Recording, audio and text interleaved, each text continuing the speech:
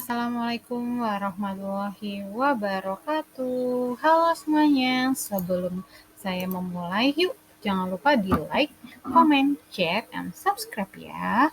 Nah, di video ini saya akan menjelaskan tentang PKN kemasyarakatan, yaitu dengan mereview jurnal internasional yang permasalahannya berkaitan dengan PKN kemasyarakatan. Nah, untuk jurnal yang pertama, saya mengambil permasalahan tentang promoting civic and political engagement among marginalized urban young in the three cities, strategies and challenges. Nah, ada penulisnya di sana, silakan kalian bisa baca sendiri, yang artinya yaitu tentang mempromosikan keterlibatan sipil dan politik di antara pemuda perkotaan yang terpinggirkan di 3 kota, yaitu tentang strategi dan tantangannya. Selanjutnya, nah, jurnal ini berbicara tentang yang tadi, tentang pemuda yang tinggal di 3 kota kecil dengan tujuannya yaitu mengatasi kesenjangan dengan mengidentifikasikan strategi utama yang digunakan dalam keterlibatan politik dan sipil pemuda di 3 kota terpencil, yaitu London, Belfast, and Dublin, serta eksploitasi tantangan dan kebijakan yang dihadapi. Nah, kemudian penelitian yang dilakukan dalam jurnal ini yaitu penelitian kualitatif dengan objek penelitian 66 profesional kebijakan, pemimpin LSM, dan praktisi kebijakan, praktisi pekerja pemuda di London, Belfast, and Dublin. Selanjutnya, permasalahannya yaitu menurunnya tingkat keterlibatan politik pada generasi muda. Yang kedua, keterasingan pemuda yang terpinggirkan karena faktor status ekonomi, ketidaksetaraan, keberuntungan, dan diskriminasi. Yang ketiga, kepercayaan dan keterampilan saat pendidikan formal yang kurang ditekankan. Yang terakhir yaitu adanya pemuda yang tidak dianggap serius oleh politisi. Nah, kemudian identifikasi strategi yang digunakan dalam penelitian ini yaitu berdasarkan permasalahan tersebut kita bisa melakukannya dengan strategi-strategi yang dikemukakan oleh peneliti. Yang pertama itu melalui pekerja muda, yang kedua forum musyawarah, 3 relawan, 4 seni, olahraga dan media, 5 pendidikan non formal, dan keenam teknologi dan media sosial. Nah, kemudian ditemukanlah tantangan-tantangan berdasarkan identifikasi strategi tersebut. Yang pertama, hilangnya hak yang signifikan dari banyaknya anak muda. Yang kedua, kendala sumber daya pendanaan yang dibatasi. Terakhir, kesulitannya memastikan keikutsertaan seorang pemuda yang paling sulit dijangkau, karena daerahnya terpencil tentunya. Selanjutnya, hasil penelitian ini menyatakan bahwa solusi yaitu dengan adanya inovasi kebijakan baru yang membuat Dewan Pemuda yang memungkinkan kaum muda untuk mempengaruhi pengambilan keputusan tingkat pemerintah lokal hingga supranasional.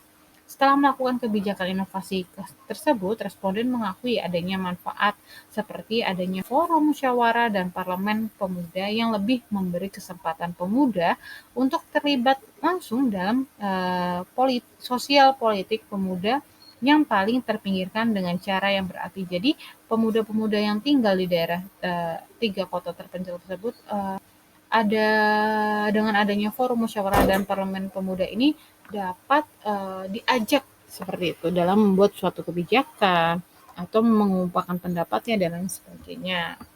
Selanjutnya, nah hubungannya apa sih dengan PKN kemasyarakatan? Nah, penelitian ini itu berbicara tentang partisipasi politik kaum muda. Nah, ini sangat berkaitan sekali dengan kecakapan warga negara yaitu civic skill. Nah, yang seharusnya civic skill itu dimiliki oleh kaum muda, bagaimana dia berpartisipasi politik secara langsung, karena itu akan membentuk dia sebagai good and smart citizenship sesuai dengan tujuan dari PKM itu sendiri. Nah, sehingga nantinya peran pemuda dalam partisipasi pemuda dalam politik dapat memberikan pandangan yang diperlukan untuk menetapkan sebuah kebijakan. Jadi, para pemuda ini yang akan meneruskan estafet dari politik itu seharusnya cakap, memiliki kemampuan civic skill yang dapat mempengaruhi kehidupannya, seperti itu.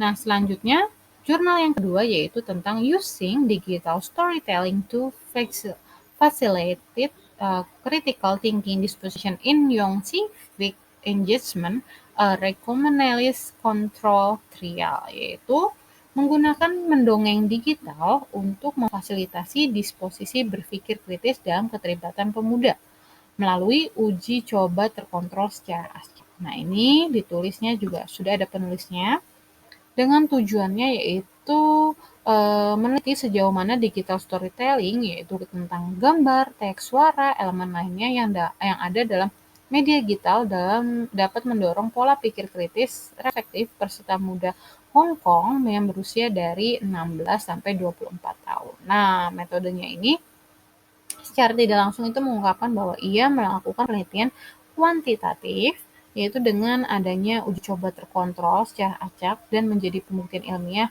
dalam penelitian sosial. Nanti ada dua, ada kelompok yang melalui kelompok kontrol dan kelompok intervensi seperti itu, yang melibatkan 80 sampai 100 warga Hong Kong. Selanjutnya, nah ini yang tadi saya bilang, ada control group dan intervention group. Jadi kalau control group ini itu tidak diberikan perlakuan khusus. Nah, kalau yang intervention group itu diberikan perlakuan khusus, yaitu dengan satu, pengaturan khusus konteks untuk peserta proyek. Yang kedua, eksplorasi alur cerita. Tiga, memproduksi konten yang dibagikan. Nah, kemudian ini ada pre-test dan post-test. Jadi setelah dilakukannya perlakuan khusus, kemudian setelah dilakukannya perlakuan khusus. Begitu juga dengan kelompok kontrol. Nah, ini itu permasalahannya terkait dengan krisis identitas sipil. Karena tidak semua warga Hong Kong adalah warga asli. Kebanyakan dari mereka adalah pencampuran wilayah atau half woman half, dan kelahiran dari keluarga lain. Nah, ini biasanya itu rata-rata itu antara Hong Kong dan Cina dan lain sebagainya. Nah, digital storytelling ini dipostingkan dalam Facebook yang mencerminkan identitas sipil warga negara Hong Kong. Nah, selanjutnya hasil penelitiannya itu digital storytelling dapat digunakan sebagai alat pendidikan untuk mengembangkan disposisi berpikir kritis dalam keterlibatan sipil, sehingga memungkinkan penggunaan perangkat lunak untuk mengajarkan topik agar tidak sulit gitu. Nah, penelitian ini berhasil menemukan sikap tidak menghakimi dan mencegah peserta menutup pikiran mereka dalam konteks tersebut. Nah, akhirnya dalam kelompok yang intervensi ini meningkatkan, yang kelompok pemberi ada pelakuan khusus itu meningkatkan disposisi berpikir kritis, pandangan etnosentris itu juga menurun. Nah, sebaliknya dengan kelompok kontrol.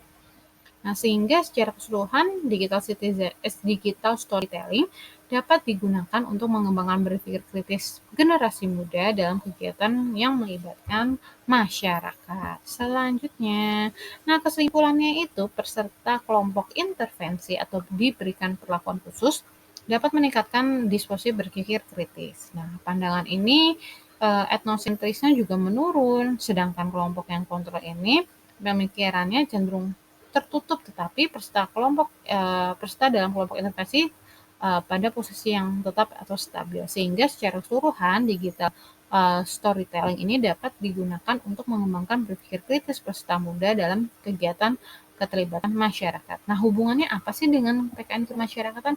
Ya, tentu saja dari penelitian ini itu permasalahan utamanya adalah krisis identitas sipil antara masyarakat Hong Kong maupun masyarakat Cina. Nah, kemudian dari identitas sipil itu kita bisa identifikasi nih berdasarkan apa? Berdasarkan digital storytelling melalui Facebook.